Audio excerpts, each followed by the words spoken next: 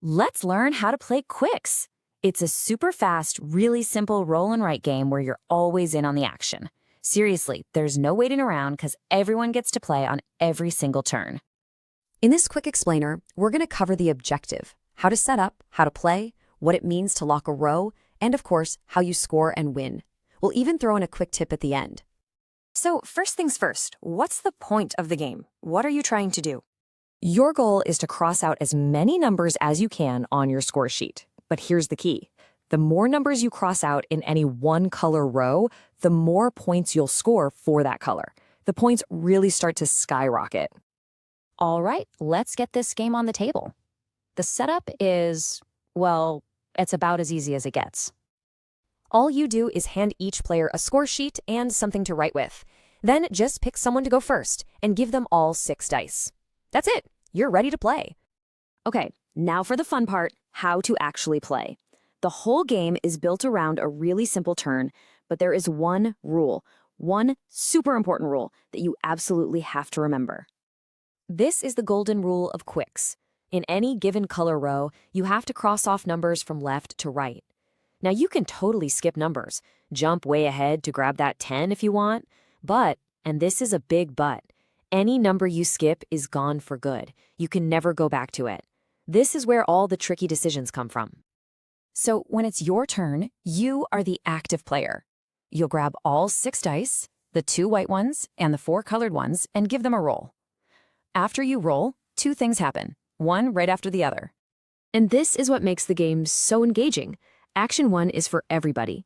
Everyone looks at the white dice and can make a move. But Action 2, that's a special bonus just for you, the person who rolled.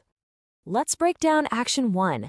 The active player looks at just the 2 white dice, adds their values together, and then calls out that total for everyone at the table to hear. Once that number is called, everyone, and I mean everyone, gets to decide if they want to use it.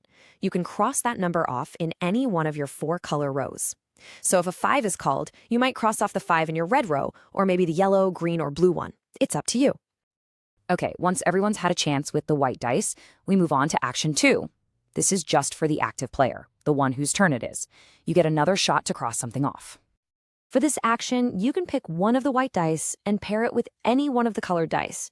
Add them up, and then you get to cross off that number in the row that matches the colored die you picked.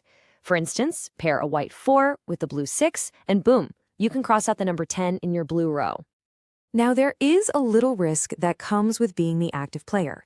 If on your turn, after looking at both Action 1 and Action 2, you can't, or just choose not to, cross off any number at all, you have to take a penalty. And just to be clear, non-active players never ever have to do this. Each penalty box you check off is worth -5 points at the end of the game. So yeah, you're going to want to avoid those if you can. Next up, let's talk about a really powerful move that can totally change the game for everyone. It's called locking a row. To lock a row, you first need to have at least 5 X's in it already. Then you have to cross off the final number on the far right. That's a 12 or a 2. When you do that, you also get to cross out the little lock symbol right next to it. And here's the big move. That colored die is immediately removed from the game. Nobody can score in that row anymore. So you're rolling dice, crossing off numbers, locking rows. But how does it all end? Let's talk about scoring and finding out who won. The game stops cold, like pencils down, the instant one of 2 things happens. Either 2 color rows get locked, no matter who did it, or a single player has to take their 4th penalty. As soon as that happens, the game is over. To figure out your score, you just use the little chart right on your score sheet. Count the number of crosses you have in each color, and then find the points that match. You'll see that the points ramp up really fast. Getting a lot of crosses in one color is a huge deal. The final math is easy. Add up the points from all 4 of your color rows. Then subtract 5 points for every single penalty box you checked. Whoever has the highest total score is the Qwixx champion. Before we finish up, here is one official tip straight from the rulebook that is incredibly helpful when you're just starting out.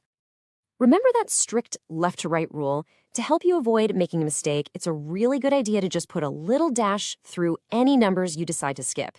That way you have a clear visual reminder that you can't go back and grab those numbers later on. And that's it. That's everything you need to know to play Qwixx. It's a game of quick choices, pressing your luck, and staying engaged on every single roll. So, now that you know the rules, what's your first move going to be?